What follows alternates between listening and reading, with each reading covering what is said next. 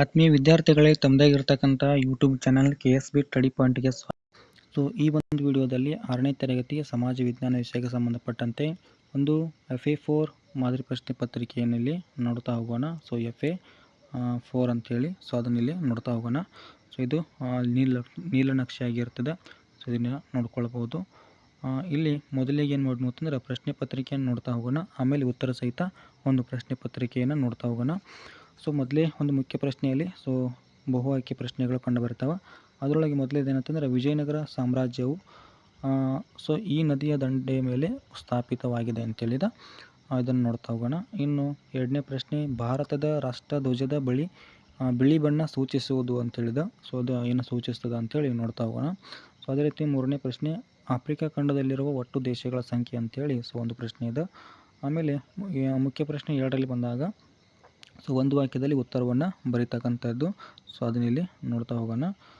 ಅದೇ ರೀತಿ 4ನೇ ಒಂದು ಪ್ರಶ್ನೆ ಏನಂತಂದ್ರೆ ಸಿಖ್ ಪಂಥದ ಸ್ಥಾಪಕರು ಯಾರು ಅಂತೇಳಿ ಒಂದು ಪ್ರಶ್ನೆಯಲ್ಲಿ ಕೇಳಿದ್ದಾರೆ. ಇನ್ನು ಅದೇ ರೀತಿ ರಾಷ್ಟ್ರೀಯ ಭಾವ್ಯಕತೆ ಎಂದರೇನು ಅಂತೇಳಿ ಒಂದು ಪ್ರಶ್ನೆ ಇದೆ. ಇನ್ನು ಆಫ್ರಿಕಾ ಖಂಡದ ದಕ್ಷಿಣದ ತುದಿ ಯಾವುದು ಅಂತೇಳಿ ಒಂದು ಪ್ರಶ್ನೆ ಇದೆ. ಇನ್ನು ಅದೇ ರೀತಿ ಮುಖ್ಯ ಪ್ರಶ್ನೆಯಲ್ಲಿ ಬಂದಾಗ 2-3 ವಾಕ್ಯಗಳಲ್ಲಿ ಉತ್ತರವನ್ನು ಬರೀಬೇಕು. 2 ಅಂಕದ ಒಂದು ಪ್ರಶ್ನೆಗಳು. ಬಹುಮನಿ ಸುಲ್ತಾನರ ಕಾಲದ ಪ್ರಮುಖ ಸ್ಮಾರಕಗಳನ್ನು ತಿಳಿಸಿ ಅಂತೇಳಿದ. ಇನ್ನು ಭಕ್ತಿ ಪಂಥದ ಪರಿಣಾಮ ಏನು ಅಂತೇಳಿ ಒಂದು ಪ್ರಶ್ನೆ ಇದೆ. ಭಾವ್ಯಕತೆ ಪ್ರೋತ್ಸಾಹಿಸಲು ನಿಮ್ಮ ಸಲಹೆಗಳನ್ನು ಸೂಚಿಸಿ ಅಂತೇಳಿ ಒಂದು ಪ್ರಶ್ನೆಯಲ್ಲಿ ಕೊಟ್ಟಿರ್ತೀನಿ. ಇನ್ನು ಕರ್ನಾಟಕ ರಾಜ್ಯೋತ್ಸವದ ಹಿನ್ನೆಲೆಯನ್ನು ತಿಳಿಸಿ ಅಂತಕ್ಕಂಥದ್ದು ಒಂದು ಪ್ರಶ್ನೆ ಇದೆ. ಸೊ ಇನ್ನು 11ನೇ ಪ್ರಶ್ನೆ ಏನಂತಂದ್ರೆ ಆಫ್ರಿಕಾ ಖಂಡವನ್ನು ಕತ್ತಲೆಯ ಖಂಡ ಎಂದು ಕರೆಯುವರು ಏಕೆ ಅಂತೇಳಿ ಇದಕ್ಕೆ ಉತ್ತರವನ್ನು ನೋಡ್ತಾ ಹೋಗೋಣ. ಇನ್ನು ಮುಖ್ಯ ಪ್ರಶ್ನೆ 4ರಲ್ಲಿ ಬಂದಾಗ 8 ವಾಕ್ಯಗಳಲ್ಲಿ ಉತ್ತರ ಬರಬೇಕು. 4 ಅಂಕದ ಒಂದು ಪ್ರಶ್ನೆ. 12ನೇ ಪ್ರಶ್ನೆ, ಮೊಘಲರ ಕಾಲದ ಸಾಂಸ್ಕೃತಿಕ ಕೊಡುಗೆಗಳನ್ನು ತಿಳಿಸಿ ಅಂತೇಳಿ ಒಂದು ಪ್ರಶ್ನೆ ಇದೆ. ಇನ್ನು ಉತ್ತರ ಸಹಿತವನ್ನು ಏನು ಮಾಡ್ತಾ ಹೋಗೋಣ ಅಂತಂದ್ರೆ ಇಲ್ಲಿ ನೋಡ್ತಾ ಹೋಗೋಣ. ಮುಖ್ಯ ಪ್ರಶ್ನೆಯಲ್ಲಿ ಎಂತಂದ್ರೆ ಮೊದಲೇ ಪ್ರಶ್ನೆ, ವಿಜಯನಗರ ಸಾಮ್ರಾಜ್ಯವು ಈ ನದಿಯ ದಂಡೆಯ ಮೇಲೆ ಸ್ಥಾಪಿತವಾಗಿದೆ ಅಂತೇಳಿ ಒಂದು ಪ್ರಶ್ನೆಯನ್ನು ಇಲ್ಲಿ ನೋಡ್ತಿದ್ವಿ. ಅದಕ್ಕೆ ಉತ್ತರ ಯಾರಂತಂದ್ರೆ ಯಾವುದು ಅಂತಂದ್ರೆ ಆಪ್ಷನ್ ಎ, ತುಂಗಭದ್ರಾ ನದಿ ಅಂತೇಳಿ ಕರಿತೀವಿ. ಓಕೆ. ಇನ್ನು ಮುಖ್ಯ ಪ್ರಶ್ನೆ ಯಾವುದು 2ನೇ ಪ್ರಶ್ನೆ ಯಾವುದು ಅಂತಂದ್ರೆ ಭಾರತದ ರಾಷ್ಟ್ರದ ಧ್ವಜದ ಒಂದು ಬಿಳಿ ಬಣ್ಣ ಸೂಚಿಸುವುದು ಅಂತೇಳಿ. ಸೊ ಅದು ಏನು ಸೂಚಿಸ್ತದೆ ಅಂತಂದ್ರೆ ಶಾಂತಿ ಅಂತಕ್ಕಂಥದ್ದು ಸೂಚಿಸ್ತದೆ. ಓಕೆ. ನೆಕ್ಸ್ಟ್ 3ನೇ ಪ್ರಶ್ನೆ, ಆಫ್ರಿಕಾ ಖಂಡದಲ್ಲಿರುವ ಒಟ್ಟು ದೇಶಗಳ ಸಂಖ್ಯೆ ಅಂತೇಳಿ. 54 ರಾಷ್ಟ್ರಗಳು ಕಂಡುಬರ್ತವೆ. ಇನ್ನು ಮುಖ್ಯ ಪ್ರಶ್ನೆ 2ರಲ್ಲಿ ಬಂದಾಗ ಒಂದು ವಾಕ್ಯದಲ್ಲಿ ಉತ್ತರವನ್ನು ಬರೀಬೇಕಾಗಿತ್ತು. 4ನೇ ಪ್ರಶ್ನೆ ಏನಂತಂದ್ರೆ ಸಿಖ್ ಪಂಥದ ಸ್ಥಾಪಕರು ಯಾರು ಅಂತೇಳಿ. ಇದು ಸ್ಥಾಪಕರು ಯಾರು ಅಂತಂದ್ರೆ ಗುರುನಾನಕರು. ಓಕೆ. ನೆಕ್ಸ್ಟ್ 5ನೇ ಪ್ರಶ್ನೆ, ರಾಷ್ಟ್ರೀಯ ಭಾವ್ಯಕತೆ ಎಂದರೇನು ಅಂತೇಳಿ. ಒಬ್ಬರು ಇನ್ನೊಬ್ಬರ ಬಗ್ಗೆ ಅಥವಾ ಒಂದು ಜನಾಂಗ ಇನ್ನೊಂದು ಜನಾಂಗದ ಬಗ್ಗೆ ದ್ವೇಷ, ಅಸೂಯೆ ಮತ್ತು ಪೂರ್ವಾಗ್ರಹ ಪೀಡಿತರಾಗದ ದೇಶದ ಜನರು ತಾವೆಲ್ಲ ಒಂದೇ ಎಂಬ ಭಾವನೆಯನ್ನು ಹೊಂದಿರುವುದಕ್ಕೆ ಏನಂತೇಳಿ ಕರಿತೀವಿ ಅಂತಂದ್ರೆ ರಾಷ್ಟ್ರೀಯ ಭಾವೈಕ್ಯತೆ ಅಂತೇಳಿ ಕರಿತೀವಿ. ಇನ್ನು ಸಿಂಪಲ್ಲಾಗಿ ಹೇಳೋದಂತಂದ್ರೆ ನಾವೆಲ್ಲರೂ ಒಂದೇ ಎನ್ನುವ ಒಂದು ಭಾವನೆ ಇದೆಯಲ್ಲ, ಅದಕ್ಕೆ ಏನಂತೇಳಿ ಕರಿತೀವಿ ಅಂತಂದ್ರೆ ಇಲ್ಲಿ ರಾಷ್ಟ್ರೀಯ ಭಾವೈಕ್ಯತೆ ಅಂತೇಳಿ ಕರಿತೀವಿ. ಓಕೆ. 6ನೇ ಪ್ರಶ್ನೆ, ಆಫ್ರಿಕಾ ಖಂಡದ ದಕ್ಷಿಣ ತುದಿ ಯಾವುದು ಅಂತೇಳಿದ. ಆಫ್ರಿಕಾ ಖಂಡದ ದಕ್ಷಿಣ ತುದಿ ಯಾವುದು ಅಂತಂದ್ರೆ ಅಗುಲಾಸ್ ಅಂತೇಳಿ ಕರಿತೀವಿ. ಅದು ತುತ್ತ ತುದಿ ಆಗಿರ್ತದೆ, ಅದು ದಕ್ಷಿಣ ಭಾಗದ. ಇನ್ನು ಮುಖ್ಯ ಪ್ರಶ್ನೆ 3ರಲ್ಲಿ ಬಂದಾಗ 2-3 ವಾಕ್ಯಗಳಲ್ಲಿ ಉತ್ತರ ಬರಬೇಕು. 2 ಅಂಕದ ಪ್ರಶ್ನೆಗಳು ಇಲ್ಲಿ ಕಂಡು ಬರ್ತವೆ. 7ನೇ ಪ್ರಶ್ನೆ ಏನಂತಂದ್ರೆ ಬಹಮನಿ ಒಂದು ಸುಲ್ತಾನರ ಕಾಲದ ಪ್ರಮುಖ ಸ್ಮಾರಕಗಳನ್ನು ತಿಳಿಸಿ ಅಂತೇಳಿ ಒಂದು ಪ್ರಶ್ನೆ ಇದೆ. ಅದಕ್ಕೆ ಉತ್ತರವನ್ನು ನೋಡೋದಾದ್ರೆ ಜಾಮಿ ಮಸೀದಿ ಅಂತಕ್ಕಂಥದ್ದು, ಆಮೇಲೆ ಸುಲ್ತಾನರ ಮಸೀದಿ ಆಗಿರ್ಬೋದು, ಬಂದೇ ನವಾಜರ ಒಂದು ಮಸೀದಿಗಳಾಗಿರ್ಬೋದು, ಆಮೇಲೆ ಸೋಲಾಕಂಬ್ ಒಂದು ಮಸೀದಿ ಆಗಿರ್ಬೋದು, ಸುಂದರ ಅರಮನೆಗಳಾಗಿರ್ಬೋದು, ಮತ್ತು ಬೀದರ್ನ ಒಂದು ಮದರಸ ಆಗಿರ್ಬೋದು. ಎಲ್ಲವೂ ಕೂಡ ಏನಂತಂದ್ರೆ ಬಹಮನಿ ಸುಲ್ತಾನರ ಕಾಲದಲ್ಲಿ ಕಂಡುಬರ್ತಕ್ಕಂಥ ಪ್ರಮುಖ ಸ್ಮಾರಕಗಳು. ಓಕೆ. 8ನೇ ಪ್ರಶ್ನೆ, ಭಕ್ತಿ ಪಂಥದ ಒಂದು ಪರಿಣಾಮ ಏನು ಅಂತೇಳಿ ಒಂದು ಪ್ರಶ್ನೆ ಇದೆ. ಇಲ್ಲಿ ಪರಿಣಾಮಗಳೇನಂತಂದಾಗ ಭಕ್ತಿ ಸಂತರು ಹಿಂದೂ ಮುಸ್ಲಿಂ ಒಂದು ಸಾಮರಸ್ಯವನ್ನು ಸಾಧಿಸುವಲ್ಲಿ ಪ್ರಯತ್ನವನ್ನು ಮಾಡ್ತಾರೆ. ಅದೇ ರೀತಿ ಭಕ್ತಿ ಸಂತರು ಜನರಾಡುವ ಸ್ಥಳೀಯ ಭಾಷೆಯಲ್ಲಿ ಸಾಹಿತ್ಯವನ್ನು ರಚನೆ ಮಾಡ್ತಾರೆ. ಇದರಿಂದಾಗಿ ಭಾರತೀಯ ಭಾಷೆಗಳಲ್ಲಿ ಶ್ರೀಮಂತಗೊಳ್ತವೆ. ಇನ್ನು ಸಂತರು ಜನರ ಹೃದಯ ಬೆಸೆಯುವ ಒಂದು ಕಾರ್ಯವನ್ನು ಇಲ್ಲಿ ಮಾಡ್ತಾರೆ. ಇಷ್ಟು 4 ಅಂಶಗಳನ್ನು ಬರೀರಿ. 9ನೇ ಪ್ರಶ್ನೆ, ಭಾವೈಕ್ಯತೆ ಪ್ರೋತ್ಸಾಹಿಸಲು ನಿಮ್ಮ ಸಲಹೆಗಳನ್ನು ಸೂಚಿಸಿರಿ ಅಂತೇಳಿ ಒಂದು ಪ್ರಶ್ನೆ ಇದೆ. ಅದಕ್ಕೆ ಏನು ಮಾಡಬೇಕು ಅಂತಂದಾಗ ಜಾತ್ಯತೀತತೆ ಅಂತಕ್ಕಂಥದ್ದು, ಪ್ರಜಾಪ್ರಭುತ್ವದ ಮಹತ್ವವನ್ನು ಇಲ್ಲಿ ತಿಳಿಸ್ತಕ್ಕಂಥದ್ದು, ರಾಷ್ಟ್ರೀಯ ಹಬ್ಬಗಳನ್ನು ಆಚರಣೆ ಮಾಡ್ತಕ್ಕಂಥದ್ದು, ಸೊ ರಾಷ್ಟ್ರೀಯ ಲಾಂಛನಗಳ ಒಂದು ಮೌಲ್ಯದ ತಿಳುವಳಿಕೆಯನ್ನು ನೀಡ್ತಕ್ಕಂಥದ್ದು, ಸೊ ಪರಸ್ಪರ ಅನ್ಯೋನ್ಯತೆಯಿಂದ ಜೀವನವನ್ನು ನಡೆಸ್ತಕ್ಕಂಥದ್ದು. ಓಕೆ, ಇವಿಷ್ಟು ಏನಂತಂದ್ರೆ ಸಲಹೆಗಳು.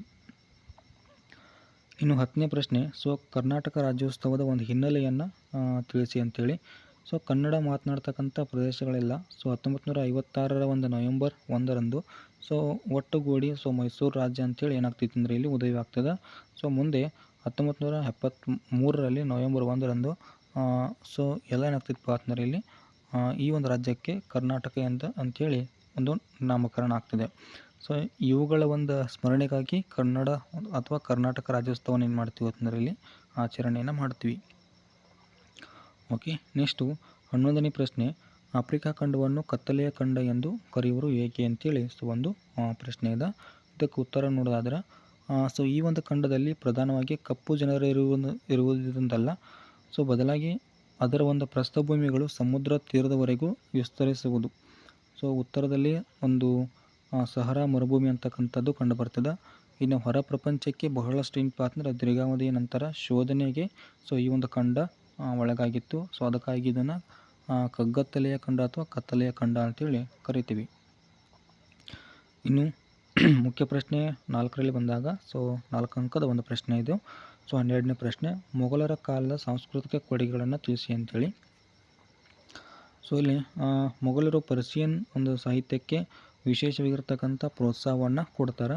ಸೊ ಅದೇ ರೀತಿ ಅಕ್ಬರ್ನ ಒಂದು ಆಸ್ಥಾನದಲ್ಲಿ ಅಬುಲ್ ಫಜಲ್ ಆಗಿರ್ಬೋದು, ನಿಜಾಮುದ್ದೀನ್ ಆಗಿರ್ಬೋದು, ಬದೌನಿ, ತುಳಸಿದಾಸರಂತಹ ಒಂದು ಕವಿಗಳು ಆಶ್ರಯವನ್ನು ಪಡ್ಕೊಂಡಿದ್ದರು. ಸೊ ಅಬುಲ್ ಫಜಲ್ ಅಕ್ಬರ್ ನಾಮ ಅಂತಕ್ಕಂಥದ್ದನ್ನು ಒಂದು ಕೃತಿಯನ್ನು ಇಲ್ಲಿ ಬರಿತಾ ಹೋಗ್ತಾನೆ. ಇನ್ನು ತುಳಸಿದಾಸರ ಒಂದು ರಾಮಚರಿತ ಮಾನಸ ಆಗಿರ್ಬೋದು. ಸೊ ಈ ಒಂದು ಕೃತಿ ಏನಾಗ್ತದೆ ಅಂದರೆ ಇಲ್ಲಿ ರಚನೆ ಆಗ್ತದೆ, ಅದು ಹಿಂದಿ ಭಾಷೆಯಲ್ಲಿ ರಚನೆ ಆಗ್ತದೆ. ಇನ್ನು ದಾರಾಶಿಕೋ ಅಂತಕ್ಕಂಥ ಒಬ್ಬ ಅರಸ ಏನು ಮಾಡ್ತಾನೆ ಅಂತಂದರೆ ಭಗವದ್ಗೀತೆಯನ್ನು ಪರ್ಷಿಯನ್ ಭಾಷೆಯಲ್ಲಿ ಭಾಷಾಂತರವನ್ನು ಮಾಡ್ತಾನೆ. ಇನ್ನು ಅಕ್ಬರ ಸೊ ಆಗ್ರಾ ಸಮೀಪದಲ್ಲಿ ಏನು ಮಾಡ್ತಾನೆ ಅಂತಂದರೆ ಫತೇಪುರ್ ಸಿಕ್ರಿ ಅಂತಕ್ಕಂಥ ಒಂದು ಹೊಸ ರಾಜಧಾನಿಯನ್ನು ಕಟ್ತಾನೆ. ಇನ್ನು ಜಾಮಿಯಾ ಮಸೀದಿಯ ಒಂದು ಪ್ರವೇಶ ದ್ವಾರ ಆಗಿರ್ಬೋದು, ಬುಲಂದ್ ದರ್ವಾಜ ಅಂತ ಕರಿತೀವಿ. ಸೊ ಭಾರತದಲ್ಲಿ ಏನಂತಂದರೆ ಅತ್ಯುನ್ನತವಾಗಿರ್ತಕ್ಕಂಥ ಸೊ ಮೊಘಲರ ಒಂದು ಕೊಡುಗೆಗಳು. ಇನ್ನು ಶಹಜಾನ್ ಎಂಬ ಒಂದು ದೊರೆ ಏನು ಮಾಡ್ತಾನೆ ಅಂತಂದರೆ ಇಲ್ಲಿ ಆಗ್ರಾ ಕೋಟೆ ಆಗಿರ್ಬೋದು, ಕೆಂಪು ಕೋಟೆ ಆಗಿರ್ಬೋದು, ಮೋತಿ ಮಹಲ್ ಆಗಿರ್ಬೋದು, ತಾಜ್ ಮಹಲ್ ಆಗಿರ್ಬೋದು, ಆಮೇಲೆ ಮಯೂರ ಸಿಂಹಾಸನವನ್ನು ಏನು ಮಾಡ್ತಾನೆ ಅಂತಂದರೆ ಇಲ್ಲಿ ಈ ಶಹಜಾನ್ ನಿರ್ಮಾಣವನ್ನು ಮಾಡ್ತಾನೆ.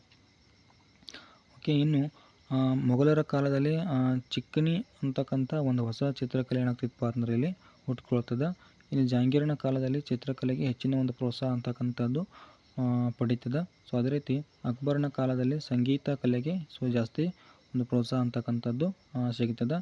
ಇಲ್ಲಿ ಸಂಗೀತದ 7 ತಂಡಗಳನ್ನಾಗಿ ಏನು ಮಾಡಿರ್ತಂದ್ರೆ ಇಲ್ಲಿ ವಿಂಗಡಿಸಿ ದಿನಕ್ಕೊಂದು ಒಂದು ತಂಡದಂತೆ ಸಂಗೀತ ಕಚೇರಿಗಳೇನಾಗ್ತಾ ಇದ್ವು ಅಂತಂದರೆ ಇಲ್ಲಿ ನಡೀತಾ ಇದ್ವು. ಸೊ ತಾನ್ಸೇನ್ ಅಂತಕ್ಕಂಥವನು ಅಕ್ಬರ್ನ ಆಸ್ಥಾನದಲ್ಲಿರ್ತಕ್ಕಂಥ ಪ್ರಸಿದ್ಧ ಸಂಗೀತಗಾರನ ಆಗಿದ್ದ. ಸೊ ಇದಿಷ್ಟೇನಂತಂದರೆ ಇಲ್ಲಿ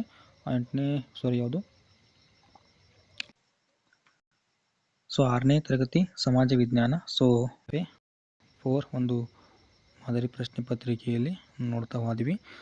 ಸೊ ಈ ಒಂದು ವಿಡಿಯೋನ ಆದಷ್ಟು ಶೇರ್ ಮಾಡಿ ಅಂತ ಹೇಳ್ತಾ ಈ ಒಂದು ವಿಡಿಯೋನ ಇಲ್ಲಿಗೆ ಮುಗಿಸ್ತಾ ಇದ್ದೀನಿ. Thank you.